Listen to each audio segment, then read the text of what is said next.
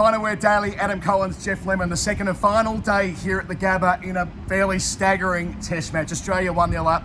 Jeff, I've got to be quick today. You go with 30 seconds. Right. 3 innings happened today. Travis Head was still 78 not out when they resumed this morning. Australia ended up getting bowled out for about 220. I can't remember the exact score now. It's all gone a bit out of my head. And then South Africa get wrist-holed for 99. That means they only lead by 33. And I mean, Australia might have lost it if they had another 50 runs to play with. They ended up 4 down, getting 35 runs, most of which came in extras. A truly bizarre day. 5 wickets for Pat Cummins. South Africa can't bat. Everyone's going to get mad about the pitch. I don't know what else to say. Yeah, 99 problems. There's probably an intro in there somewhere if you're good enough. South Africa, that was what they made in the third innings. Australia all out for 218. They win by 6 wickets after losing a clump of them in their chase of 34. They get to 35. Okay. I think it's 19 wickets today after 15 yesterday. The pitch is going to be absolutely slammed, and I've evolved on this a bit. I think at the start of the day, I'm like, well, it's mostly a batting thing. But geez, some balls absolutely took off out of those little plug holes, and that is more consistent. Talking to a couple of players then, that's what they expect when they come up here for a Shield game. It's different gravy when bowlers are up at 140, 150, because when they hit those spots, it does that. And Usman Khawaja's dismissal in the second innings reflected that.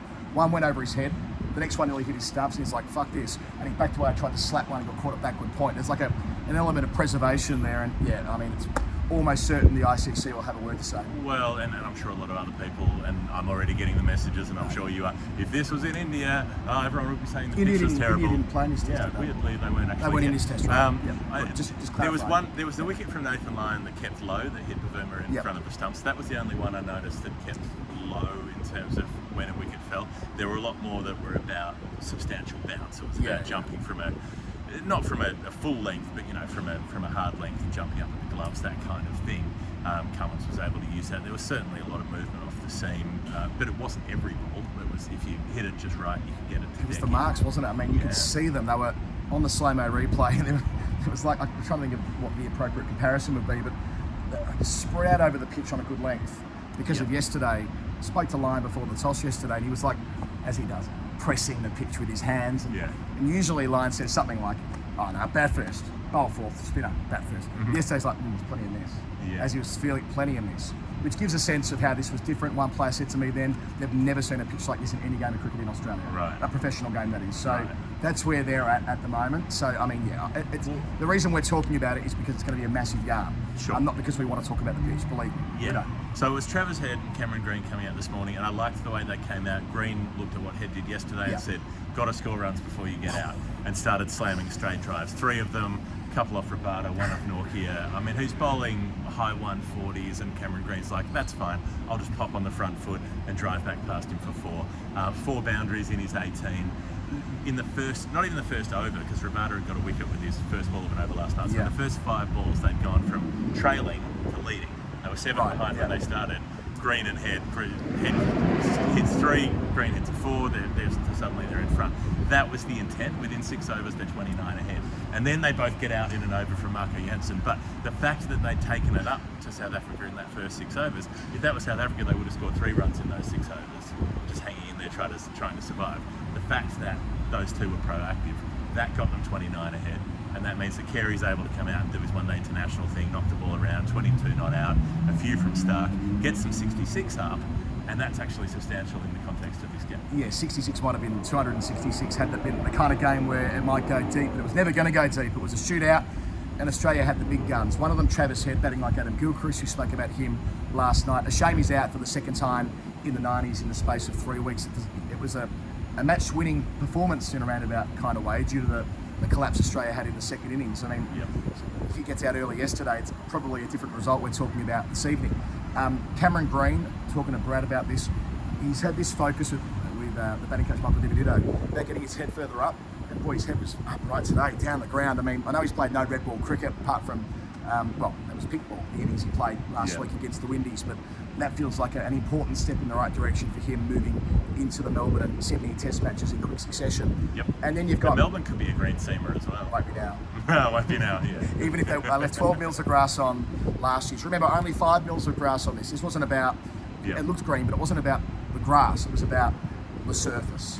It was about the sponginess of it underneath. Was it juicy? Great carry. I mean, it looked Juicy. beautiful on that pretty length. The balls are going up here, Yeah. but less pretty if you Usman Khawaja at the end, copying one on the handle when you've done effectively nothing wrong. So that'll be where they look more than, I think traditionally they're like, well, have they tried to artificially create a surface that's going to do loads? Take, for example, was it the second test at Chennai last year where it was exploding within minutes? This wasn't so much that, it was almost that it was underprepared. Anyway, this is for others to debate. Talking about big guns, Mitchell Starc becomes the 7th Australian to get his 300th test wicket today. Yep. Interesting career arc. I mean, I wonder if he's ever bowled better. Yeah. I don't know, maybe he has, but I can't remember in recent years. He's been fabulous. In Test cricket, I think in the last 12 months, the way that he carried Australia through the Ashes, Yep. when Cummins missed games, Hazelwood missed games, Starc was the one who was consistent. It used to be a pattern in Mitchell Starc's career that if a series was more than 3 Test matches, he would miss one. Yep. He would either miss the 4th out of 5, or he'd miss the 4th and 5th, or he'd miss the 4th out of 4, whatever it was.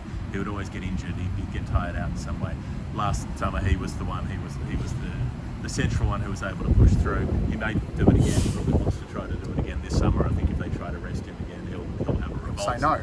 But I mean, miss those Melbourne tests early in his career. He's never really forgiven them for that. So No. he'll want to play at Melbourne. Yeah. So missing a Boxing Day test to be rested, that's not going to happen. Hazelwood's unlikely to take a part in the whole series now, Yep. from what we're hearing.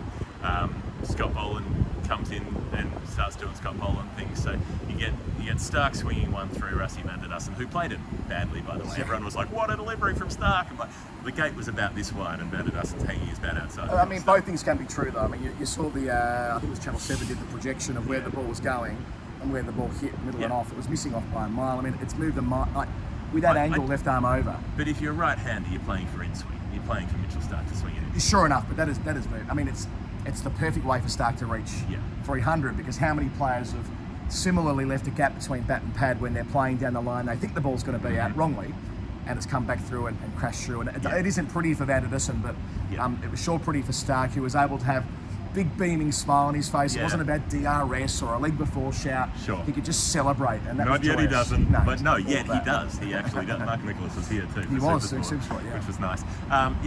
The way that swung through was good. I mean, Cummins gets the catch in the gully. He gets Elgo LB, and then the catch in the gully from Irvia that's way over Cameron Green's head. You needed him to be 6'10" to be able to catch that one. And then it's One of Boland. 5 catches that Green took in the Test match, by the way, in the gully, kind of an out-of-fashion position, which he's making. I mean, Ben Stokes doesn't use the gully; he just has a 4th or 5th slip. Yep. Whereas Australia love him in the gully because he saves runs and he takes blinders. Yep. And then it's Boland who goes, "I'll take 2 in and over again." For the 5th time in his career. He's done this 5 times. He's got 4 overs that were 2 wickets, and he's got 1 that was 3. So he's taken 11 of 25 wickets in 5 overs of his career. I'm not going to talk this up too much, but it is. I did say on comms, every time this guy's bowling average hits 11, he gets a wicket. Next ball, we're 8 1/4 second slip. So that does sound pretty good. I popped that video on my Twitter feed because it's one of those things that not very often, as we know on commentary, you say these things, they seldom come true. It did come true today, and you're right. I mean, 2 in and over just after Nathan Lyon picked up a wicket himself to break the partnership that was forming between Bavuma and Zondo, which meant that they go bang, bang, bang, 3 for 1. Like you said last night, it was like a collapse, then a second collapse with an interregnum in between, then a 4th collapse just to put a full stop on it at the end, and all out 99 after a 30-run stand for the final wicket. Kaya Zondo played well, particularly with the last wicket when Lungi Ngidi was out there. He was like, well, time to take him on.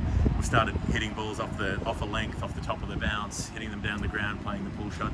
Only 36 not out, but that's a good sign for a player who's played very little Test cricket, and he's on the way up. I'm actually impressed by Tepa Bavuma this week as well. Again, it'll look like 2 starts that haven't been converted again, but a sort of a 30-odd and a 40-odd or whatever he ended up with. Yeah, 38 in the first. Yeah, I think he's actually playing a lot better than his numbers reflect at the moment. I'm pleased to see that because he copped pelters after the T20 World Cup a couple of months ago. So I'm glad to see that he's kind of in the series, if not the winning side this week. Jeff, I'm going to try and get a flight to London. Let's do the Hall of Fame. All right, I think the entire 4th innings is the Hall of Fame. It's brought to you by Woodstock Cricket, woodstockcricket.co.uk. 20% off a bat with TFW20. That's the code you put in. They need 34 to win. They get 19 of them in wides and byes. That's 4 lots where Rabada or Norkia bowls a bouncer that clears the keeper's head and goes down to the boundary. In between times, Rabada takes 4 for 13. Brilliant. What happened? Like, what a bizarre set of circumstances. Rabada's now got 45 Test wickets this year, overtaking Stuart Broad. Pretty sure that's right. Yeah. I think he got 8 for the match, didn't he? Might have got seven or eight for the match. Yeah, 4 in the first. Yeah, it was crazy. I mean, you almost allowed yourself, what were they at one point? 23 for 4. I think Jared said on our commentary, one more wicket and I'm entertaining stuff. But you couldn't really. And then the last, even the winning runs, I saw the interview Marnus before, and that went, what, 2 metres over his head or something? It was a fitting way for put a long crazy stop match to in. finish. Like if it's an 1880s test match, put a long stop in. I'll just say in closing on the madness of this week, I'm pretty sure that's the 7th shortest test match, completed test match, no draws or rain affected or whatever, in history of test cricket. There was another one last year at Ahmedabad that went about as long. Yep.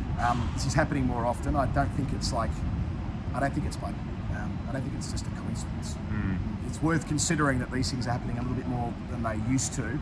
And yeah, we leave unfulfilled because we want test cricket to be advanced. We worry for sides like South Africa who can't always command their best talent. We saw Rabada and Nortje, wasn't it? It might have been Ngidi, miss games for the IPL earlier this year. They don't have their white ball guns, all of them available to even play first class or domestic cricket in South Africa. Therefore, they're never going to play in the test team. I mean, this is not if you're a bowler bigger picture. and you're doing all the hard work, and then you've got a batting lineup that's going to give you 100 runs when they go out to bat. Why would you bother? Why show up and try? Well, Jansen's 22. I just hope they can keep him and preserve him. He bowled beautifully again today. 2 wickets in his first over of the day. Green and head to open Australia up momentarily.